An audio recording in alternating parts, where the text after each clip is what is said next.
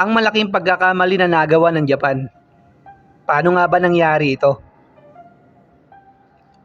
Ang Japan ngayon ay masasabing nangunguna sa Asia sa pagtatala ng pinakamaraming world champion.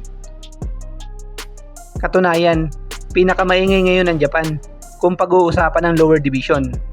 Alam nyo mga kaboxing, 3 lang naman sa mga boksingero ng Hapon ang napasama sa listahan ng pinakamagagaling na boksingero sa buong mundo, at ito ang pound for pound ng Ring Magazine.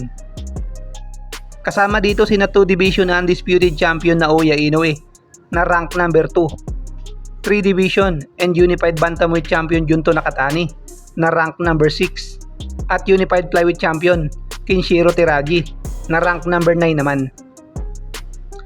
Patunay lang ito na nasa advanced level ang mga Japanese boxers sa mababang dibisyon. Kung tutuusin, wala talagang problema ang mga Japanese sa lower class. Bukod kasi na sila ang may hawak ng mga titulo, ay marami pa rin sila mga contender na pwedeng pumalit kung sakaling matalo ang kanilang champion. Minsan nga mga kaboxing, ay sila na lang ang naglalaban. Ang problema lang talaga ng Japan ay magkaroon sila ng mga pambato sa mataas na dibisyon. Nagkaroon naman dati ng champion sa middleweight ang mga Japanese noong 2017 at 2021. Ito ay si WBA middleweight champion Ryota Murata, isang Olympic gold medalist bago naging pro boxer.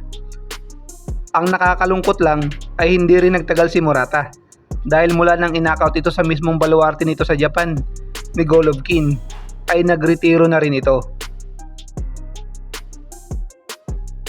Nasabi ko kanina, ang malaking pagkakamali na nagawa ng Japan. Gustong ireplika ng mga Japanese ang tagumpay na nagawa ni Naoya Inoue. Ito yung panahon na nag-offer sila ng malaking pera kay former unified bantamweight champion Stephen Fulton Jr. na itaya ang kanyang mga titulo sa mismong baluarte ng challenger na si Naoya Inoue. Tinanggap ni Fulton ang hamon dahil tiwala din siya sa kanyang sarili na kaya niyang talunin si Naoya Inoue. Ngunit iba ang nangyari mga kaboxing. Nasaksihan ng buong Japanese community kung paano winasak ang champion na si Fulton nang tinaguri ang Japanese monster na si Naoya Inoue.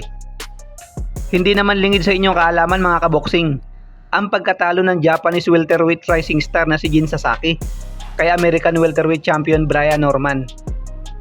Ang masama pa dito, dahil sa matinding pinsala na tinamo nito sa laban, ay nagkaroon pa ito ng 6 na linggong pagkawala ng memorya. Ayon yan sa doktor na sumuri sa kanya.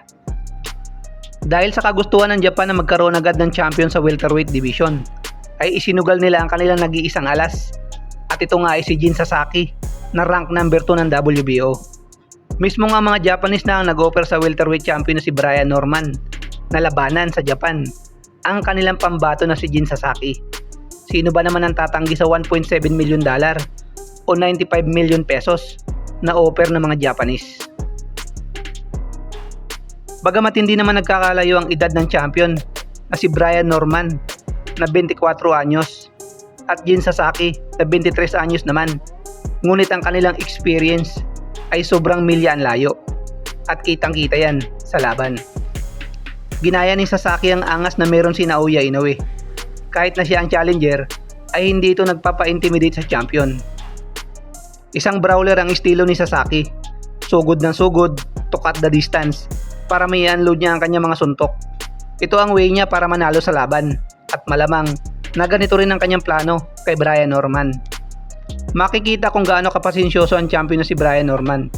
Hindi ito nagpapa-intimidate sa mga pambablap na ginagawa ng challenger. Mga kaboxing, dito nyo makikita ang pagkakaiba ng skills na meron ng champion na si Brian Norman at challenger na si Jin Sasaki. Dahil kung mapapansin nyo, kahit na tinatamaan ng challenger at bumabagsak pa nga ito, ay hindi ito nagbago sa kanyang estilo. Bagkus ay patuloy pa rin ito. Masyadong predictable ang galaw ng challenger, kaya lagi siyang nauunahan ng champion. Kitang-kita ang kakulangan sa experience ni Sasaki, bagamat may lakas at may puso sa laban, pero hindi pa rin ito naging sapat. Malaking kawalan sa Japan ang pagkatalo ni Jin Sasaki dahil nga nagkaroon pa ito ng damage. Posibleng makabalik man ito sa pagboboxing, ay baka hindi na rin ito katulad ng dati na may tapang at puso sa laban.